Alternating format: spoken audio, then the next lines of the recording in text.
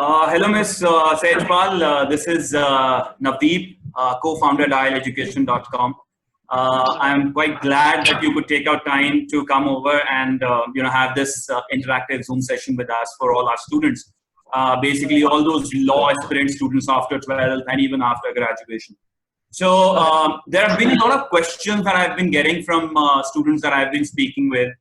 And I thought, who could be better than you, who is the head of department for law in one of the most prestigious institutions in the country, Asian Law College, which is famously known as ALC as well.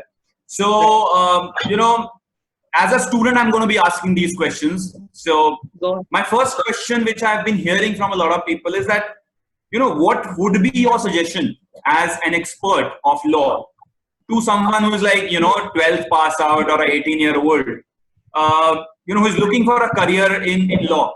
What should that person take up?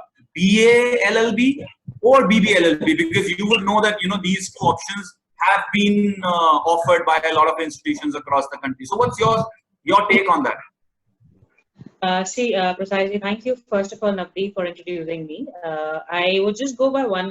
I would suggest the students, if they are this is one interest which is upcoming since last decade. It is really something which is taking a lot of interest amongst the student fraternity after they pursue their 12th standard. Now, if I talk about the students' age group, it could be even there are students who are able to clear their exams of 12th at the age of 16 or 17. So we should not have a limitation of a 18-year-old. And right now, everybody everybody in this country is eligible to pursue law if they are a graduate or they have done their 12th standard. Now, if I talk about the 12th standard, they can definitely, the students who are interested to pursue a law course, they have a precise interest. Maybe their peers are like they have been into this particular field. Maybe the interest is about they want to become a lawyer, get into litigation or advocacy. Everything. If you have a red light car, which is usually the case where the student used to tell me earlier that they definitely want to be prominently known as somebody in this maybe in the society or in the country. So they want to pursue law. But then there is a lot of interest right now, which is there for the students who are interested to pursue BA LLB and BB LLB. Now, if I'll be very honest, one thing which I will very clearly mention, first of all, our nomenclatures vary. I mean, the nomenclature which is genuinely with the National Law University is BA LLB, not BBA LLB. Now, we are looking for students with So we are looking for students who graduate in the law fraternity, and they are not going to be precisely looking for anything to do with management. I can't call it as just not to discard the BB LLB, because there are colleges which are deemed and private universities which might like to have those options. Maybe not only BB LLB, they have BSc LLB, they have BTech LLB, which is less a nomenclature which has been given to the students. And of course it is an offering by them. But people should not misunderstood that what is going to be taught in BLLB is something which they are going to hang on till their time eternity. I mean, they will be hanging on to it forever, because the subject, the syllabus which is there for the students is going to cover political science. They are going to cover public administration. They are going to cover constitution of law of fraud, which is going to be an important part, an integral part of their, having a complete knowledge about law. So I would suggest anybody who is interested to pursue a law course should precisely after the 12th standard, they should look for a BLLB course, because that's what is important for them, and that will help them building their career, and of course the base as well. So the base is very important. One should have a base for a law rather than just going into a particular program which will not offer them a base. I mean, of course, history would not be taught in the BBA program.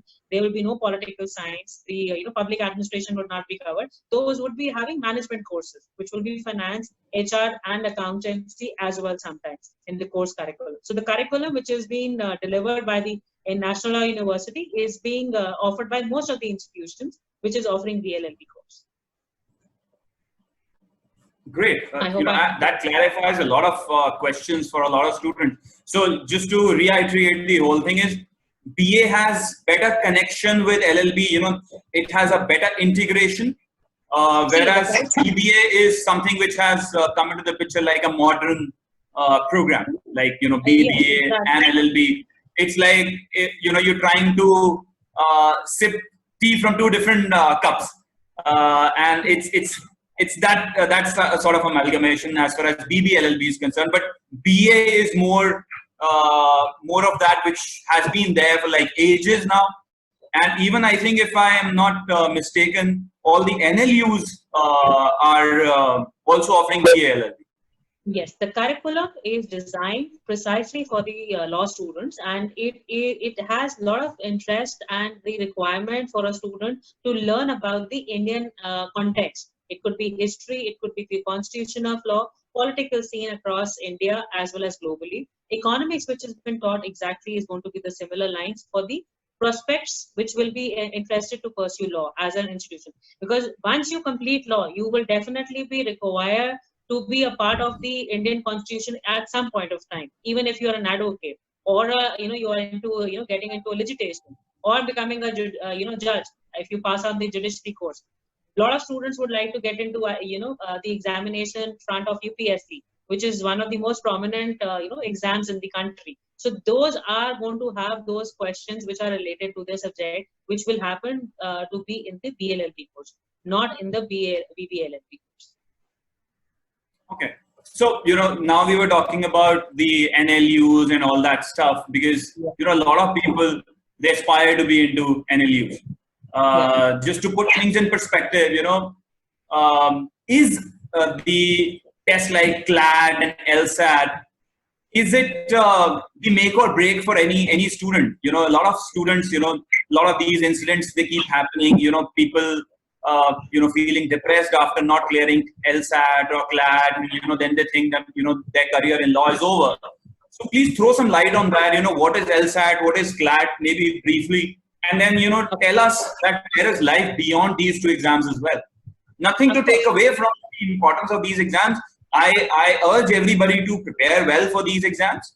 But still, at the same time, that's not the end of it, right? We all have studied in different B schools, and we were not able to do, maybe at least I was not able to do well in CAT, and still ended up being in a good B school and ended up having a good lucrative career for myself. And I'm sure the same goes for the law students as well. So please throw some light on that. Sure. You have very rightly said that any engineer would definitely like to get into JEE. Any student who's an aspirant for an MBA course or a PGDM course would like to get in for a CAT or a MAT exam. Any student who is interested to pursue an MBBS course would definitely like to go for a NEET for sure. So these are precisely the names of the entrance examinations which we are calling in. And everybody aspires to become, at least try once for their themselves, so that they are able to at least, get through, their hang on at least. I mean, they're prepared, so they would like to be a part of that particular exam. But then it does not mean that they are going to be breaking their, rules, or if they have not, cleared those. If I talk about the, last, 5, years of the planning, CLAT has moved from approximately 30,000 students to maybe 1 lakh this year, because of those many days available for the students to apply to us. But then, if I'll be very honest, and of course, let me complete the LSAT as well. LSAT is an international exam which happens for different B schools, internationally as well. Of course, in India as well, a lot of colleges like Asian Law College, OP Jindal, Amity University do accept the LSAT scores. But then it is precisely for going internationally, to have a better opportunity in a law fraternity internationally in different law schools. But if I'll be very honest in telling, CLAT and LSAT is just not your cup of tea for everybody, but it is definitely a cup of tea for few for sure. If I talk about 1 lakh people sitting in a particular exam, and just 3,000 plus seats are available in 22 to 23 NLUs which we have, so it is not something which everybody will be cracking. So we have a limitation, but then we have a larger group of people who would definitely be interested to pursue this course at different levels. There are colleges like ours. We have a different exam which is called as LCAT.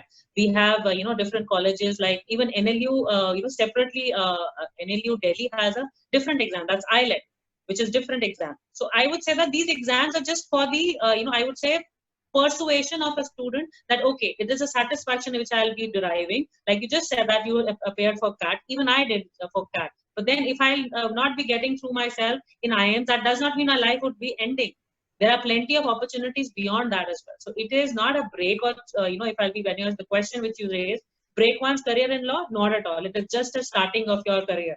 That's how you start your career in law. It's just a, stepping stone, and the stepping stone could be anywhere. So the stepping stone could be these two exams, or there are plenty of other exams which you can be opting. And private institutions to state universities do have their different exams.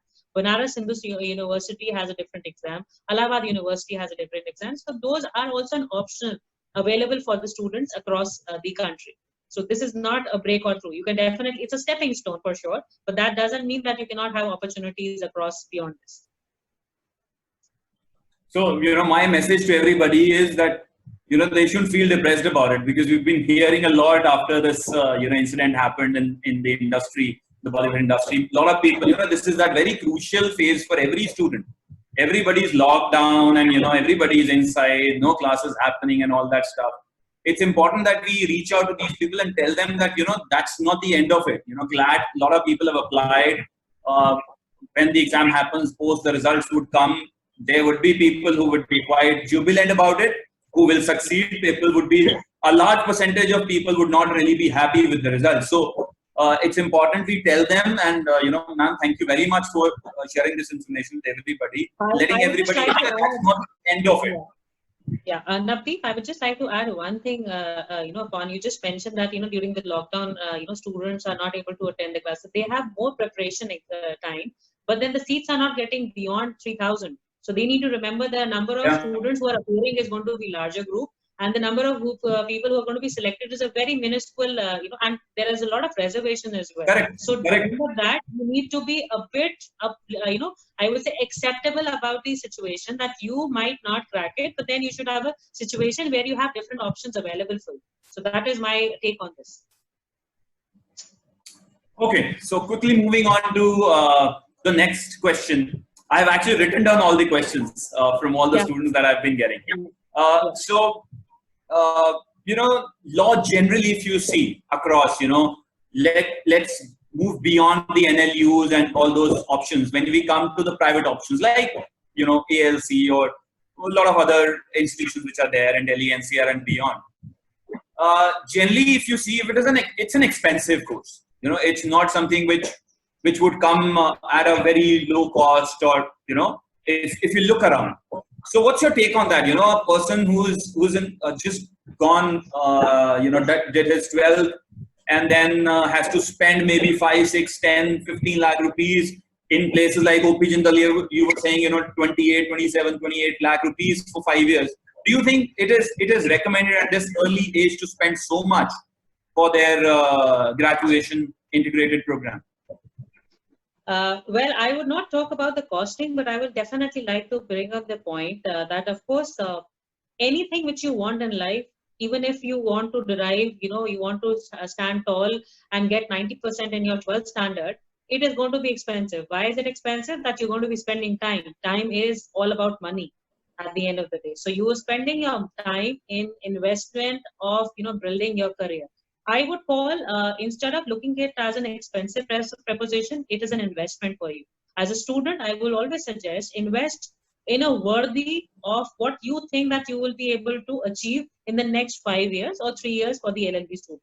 So if I talk about the students who are going to be pursuing after 12, of course, 5 years is a long haul and it is an investment for you for the lifetime. So you should be prepared to have that particular thought in your mind that whatever the investment is being done, it could be your time for 5 years. Of course, the money part, I cannot define a, probably a club that, you have, certain set of colleges which have a different, fee structure or to a different fee structure. What you are getting out of them is more important.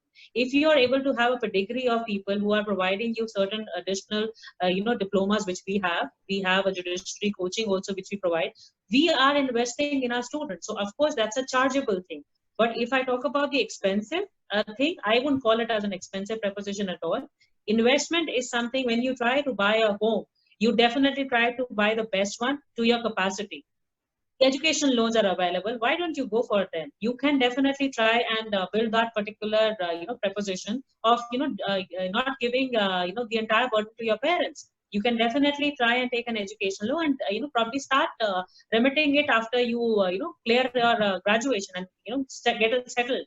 I would say that why you're aspiring to become a lawyer, because you want to be somebody who will be prominently named. Could be a lawyer, could be a judge, could be somebody, a very big officer, a police officer, a cyber law expert, a corporate lawyer. So these are all which are very high paying jobs, opportunities which you're going to get. So yes, the investment is not which you should be looking into, but rather getting into the best possible, preposition of getting into the best colleges which suit your budget.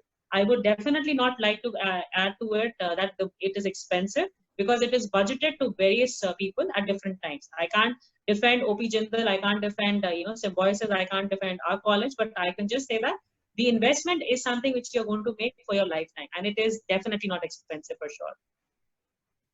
Okay, so that begs another question, because I see on one side very, very expensive institutions, and on other end there are lesser expensive institutions also, so maybe which are cost effective for students.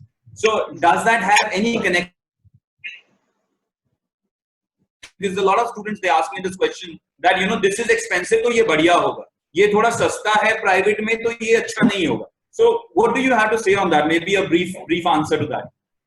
I would just say that it's all in the mindset of the students and the parents. It's about how much you want to dig in your pocket, how much you want to spend on your child's education is something which you always think about it. If I have a child, I want to send him to the best institution. I don't care, if the money is going to be harder. It's my child. I want to make him study at the best college. So it is the college which is decided by the parent and of course the student. And there's a lot of herd mentality and the community mentality which students are in. Okay, my friend is there, I will go over there. So that is something which they are, not deciding. What kind of an education you are getting, what kind of pedigree the college already had, what kind of faculty you have, what all additional things you are getting is very important. What you're going to be at the end of the day is more important than rather, just discussing about the expenses. That is something which I'll suggest the students to while they are looking for the education in the law colleges. Great. Thank you for answering that, ma'am, as well. Now, moving on to the next question. I have been hearing from the students, because I speak with them so often. There is this Bar Council of India, which is, when we talk of law, is like the ultimate, the highest authority as far as law is concerned. So is Bar Council of India having any sort of role which they are playing in the education part of law with the institutions like yours or maybe any other institution? What is their role and how important is their role, and why they are needed in the whole system? Why they are needed? Well, if I have to go by the bylines of everything, if a college is not approved by Bar Council of India, you cannot be a lawyer. That's my first thing to inform. Okay. Bar Council of India is basically, it basically was constitution, it was established almost in 1961, wherein, you will say that the regulations, the practices and the legal practice and the legal education by the members who are elected in those councils are actually pertained. Anybody who will be going to become a lawyer or, any part of the, law education, you would be required to sit for an exam immediately after your education of BLLB for a BCI exam to get your registration in place. Unless you are a registered person under the Bar Council of India, you will not be able to practice. So that is a most important thing. Any college who does not have that, it cannot practice law at all. So that is most important thing. And Bar Council of India is a very respectable, I would say, the body which is defending and defining every particular, I would say, the set of rules in the education system as well as after that as well. So that's a very good input. If you can't practice, then what is the use of actually doing law? So the college that they are choosing for themselves has to be BCI accredited. 100%. All right. So moving on to the next one, there's this concept of moot court.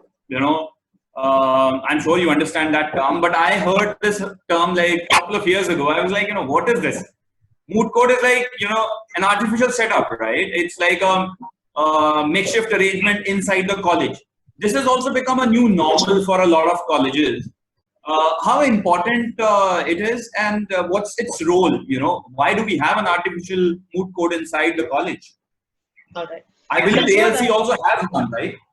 Of course, we have a very good setup of a moot court. But then I would just like to mention something which is very important. Moot court is like you're moving from a classroom directly to a court room, which is a active courtroom, and it is a purpose. Where are the I would say that a classroom to a Supreme Court to a High Court is like a classroom is called as a moot court, where you practice actually. Suppose you are not not able to address the judge, honorable judge. You are being taught about it, how you are supposed to address the judge. How would you be doing a client counseling? How would you be doing, how you would be speaking to the witness? How would you be speaking to the opponent? If you do not know that, how would you be able to present yourself in a district court, which is the, lower court, Supreme Court, High Court, those are the higher number of courts. So I would say that unless the practice is done from the classroom, and rather I would like to mention in this that Asian Law College is precisely following a moot court starting from the very first semester. Reason, unless you practice, unless you debate, unless you have more options to fight a case, you will not become confident. Because nobody, it's not about that everybody needs to be fighting a case. I mean, any person who wishes to pursue law does not want to get into litigation can also become a judge. He can be a judicial officer. He can or she can become a junior judiciary clerk as well. So there are a lot of options, but you need to know the nitty-gritties of what is going to happen. So there are research work which are happening in the courtroom, etc. So you can be a researcher as well. You can be a writer as well. So you have to have that particular practice starting from the very first go. I would suggest that as an institution, we suggest that anybody who's practicing or maybe interested to practice, even if he does not want to practice after pursuing the law program, maybe just wants to become a lawyer, advocate or a legal expert or a legal advisor. But a courtroom practice should be given to the student. Each and everybody should enjoy that, because that's where you are going to be earning your bread and butter in case you become a lawyer. And of course, if you want to become a judge, you should know what kind of cases you're getting into and what kind of judgments you can pass. So there are a lot of regulations which are in this. I could just say that, like, you have a presentation when you are becoming a MBA aspirant or a PGDA. You have different assignments which are given to you during the course of your 2 years program. Similar is the case of 5 years journey with the student of law, where he will be actually practicing inside the classroom, which is called as a moot court, but preparing himself to be in the larger court. It could be from the district court to the Supreme Court as well. So that is important. Yeah. So it's like, you get a setup inside the college, and you're really getting the exposure right there and then. So you study from the book and you go and implement it there in the courtroom. It's like, practicals, right? Like, for example, you're doing a chemistry class, you go directly to the lab, you test actually those two chemicals, and then what forms after that, you're getting that right there in the moot court. Great. See, it's more, so I think that's a must-have. I think that's a must-have for any institution. I believe every institution who is going to be offering a law course has a moot court, and that's one thing wherein one should not be shivering once they are actually in the actual court. So the shivers can happen in the moot courts rather than not able to get through them in the when they are actually working as a professional lawyer or probably as an advisor or a judge anywhere. So that is something which is going to be a part and parcel of any law student and an institution as well. Great. So. Coming on to the next question again, what's your take on the international exposure that, a lot of students, they want an international exposure as well. And in the current pandemic situation, would it be feasible? Would it be possible? Or is it important? Is it not important? What's your take on that? Because a lot of institutions have been offering international. A lot of students have also been asking for international exposure during their course itself. See, I would say that international law, international exposure, internationally, everything would be precisely done in the next couple of months down the line. Things are, right now, it might be in the right situation. But then I cannot look beyond, a certain number of months or maximum a year that people will not be traveling abroad. They will not be getting an exposure. Like we have a association with the University of Cape Town, wherein we are going to be taking our students when there will be a workshop of international law and legal frameworks. They'll be exchanging their cultural activities, and of course, a kind of a, I would say they would have a precisely a longer haul of understanding the different setup and socio culture in the country like South Africa. But there are plenty of colleges which are offering beyond their setup as well. So I would say this is just a matter of time. They might not have it right now, but there are a lot of international firms who are trying to enroll the students for the internships to I would say getting into advancement of getting probably giving them a research work. There is something known as LPO, that's called as legal process outsourcing. There are a lot of companies which are internationally acclaimed have that kind of an opportunity where they have given their research work to this particular area. Like we talk about BPOs and KPOs. In the law fraternity, it's LPO. So it's all mostly international companies which are going to be offering this opportunities to the students. So yes, internationally you can definitely have an exposure sitting back in India right now, and of course getting enrolled in an LLM in case gradually you want to be a part of I would say a Ivy League, Oxford or probably Harvard to pursue law as a professional. And to give me one more point to you, that India has a common law wherein any democratic country will be following the same. So you can be a practitioner anywhere across the globe gradually as well. So as I understand, if you get an exposure, it's international exposure. It's like a distinct advantage if you get it. So yeah. That's great. That's wonderful. I've been getting these queries from a lot of students about when we get into a 5-year long program, is it going to be just theoretical all through? Beyond moot court, is there going to be more exposure that we are going to be getting? So in typical MBA program, if you see. Or a BBA program, you get multiple internships. So how the scenario is as far as internships are concerned, because it's like a 5-year program. So how many times do you get exposure and things like that? And what is its importance? How it impacts? Okay. Now, if I talk about the theoretical thing, you can definitely get into the classrooms when you are sitting with with us as a student. But beyond that, there are plenty of other opportunities for the student. Like an internship every year is an important part, an integral part of our college. And we feel that one needs to have that opportunity for anybody to getting exposed to the right things at the right time. If I'm not aware that what is going to be happening in the Supreme Court, initially, I would not be able to understand when I join that. I can keep reading and everything, but then I can be taking the exams as well. But I'm not exposed to a person wherein what kind of filing is required, what kind of a research work is there, what kind of a legal drafting is required, what is a PIL. I do not know about it. I need to understand that. So as a student, for an opportunity, like a college, Asian Law College is going to be offering them every year an internship, which could either be in any NGO, it could be any NGO which they can be working under, it could be any legal firm which will be taking our student. We have a lot of corporates who have tied up with us. Recently we just had an Economic Times. Students are going to be doing their internship. It's going to be an online internship, but then students are being given an internship during this pandemic time as well, right? We have students. That's great. So we have students who have become the campus ambassadors to the United Nations as well, wherein they are trying to practice, as a volunteer. So that is also something which is could be exchanged between the students. Yeah. Even while the Supreme Court is going to be shut from today to it's 19, I think. So from today till the July where the Supreme Court does not function, but beyond that, before that, the student could definitely go to the Supreme Court to witness the virtual I would say the setup. So that is something there. We do offer opportunities for the students to work under an advocate, Supreme Court or a High Court lawyer or a judge. So those opportunities are provided by the college. So those are important. There are government, offices which also accept students in the internship for the law, a law background. Like we have students who have done their internship in Reserve Bank of India, right? They have done internship in, SEBI.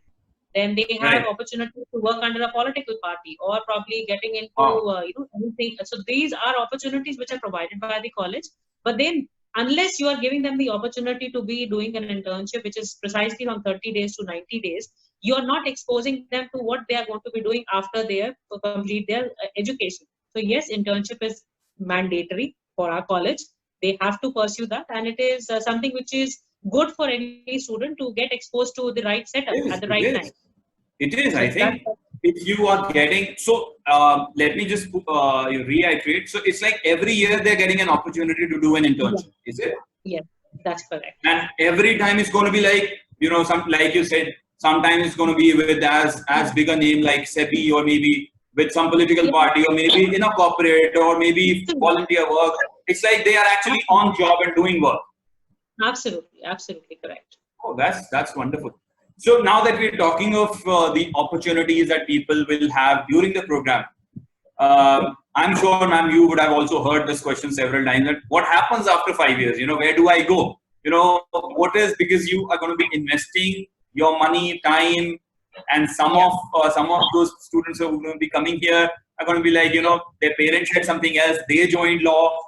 Now, what happens after that? Where do they get placed? How quickly do they get placed? Is it really something which is the need of the hour in this country, that people who are doing law are getting absorbed like anything in the industry? So what's your take on that? See, there is, a variant about, thinking about a student, because there's a roadmap actually. If I, say that a student who's going to be pursuing law, he will definitely be giving a All India Bar Council of India exam. That is the first thing which he has to do immediately. He can get into the judiciary services. He can get into the Public Service Commission examination, exactly the UPSC exam. They have opportunity to do, LLM as well. So that is something which they can pursue. Apart from that, if I talk about, after pursuing the exam of, the Bar Council of India, they can become an advocate. If they pursue the exam of judiciary services, they can become a magistrate, a district judge, or probably if they are getting into, the public commission exam, they can become, a labor lawyer, or probably a public prosecutor as well, and even a law officer as well. So there are opportunities beyond that. Then, of course, there are, if I bifurcate beyond that, it could be criminal lawyer, it could be a corporate lawyer, it could be a cyber lawyer, or probably getting into, something known as a legal advisor as well. So these are opportunities which will be given, which they can accept. But these are, I would say, government opportunities which they have to take it themselves. But if I talk about the college will be providing them opportunities in any of the NGOs, there are variant, opportunities in NGOs to become even a journalist right now. Is a law journalist is very, very popular right now, right? It could be, any corporate as well. You can get into a cyber law division. A legal department is available in all the corporates. Be it intellectual property right, be it there are a lot of media and entertainment firms where I have a lot to do with the law fraternity. You do not know much about the royalty, etc., but there are all the contracts, etc., the negotiation, etc., happens through the law. So we are training the students in those areas as well. Apart from that, the opportunities might be in any kind of a setup wherein they feel that they want to get into politics. So political parties are also, inviting the students. So those opportunities are available for the students. So it is all dependent on what they wish to pursue. We as a college will be providing them, a particular thing which is beyond their courtrooms. Like, as a college, we can provide them what is in an NGO, legal firm, or corporate, because those are accessible as a college. But then if I talk about the courtroom, you need to be giving the exams, the relevant exams. That's how you will be pursuing the placement. But yes, placement opportunities are wide enough. So, that's great. But as I understand, like for an example, you said they do an internship like every year. So I'm sure when they're there for like a couple of months, I'm sure they're making certain contacts there. So you anyway exposing them to like 5 different companies or 5 different setups, where if they do well, I remember my days when I got picked up from my internship company. And I had only one. Replacement offer. They're going to be getting 5. Sorry? So I said they're going to be getting 5 internship opportunities. So I'm sure the smart ones, the ones who are going to be doing really well in their internship, will get picked up during their internship itself. That's absolutely correct. That's correct. That's absolutely correct. Great. So I think that would be all. I think I've taken your time, and I'm really happy and glad that you've been able to answer most of these questions. And I'm sure students would be really, really happy to hear what you had to say, because the most important part of this whole discussion was that we don't become biased toward something. I know you represent an organization, but you've still taken names of other organizations, which may be competition to you, but you've still taken that. So thank you very much for being very open. And I would like to thank you again from everybody who has posted these questions to Dial Education. So thank you very much once again. You take care of yourself and your family. I hope we will be through this pandemic situation very soon, and we would like to meet you in person in your office. So thank you very much once again. Thank you. All the best. Thank you so much. Thanks for inviting. Thanks. Thank you. Thanks, Avinash. If he is around, I do not know if he's around. Thanks, Avinash, for making it possible. All right. I'll do that. I'll tell them. You take care. Bye-bye. Thanks. Thanks.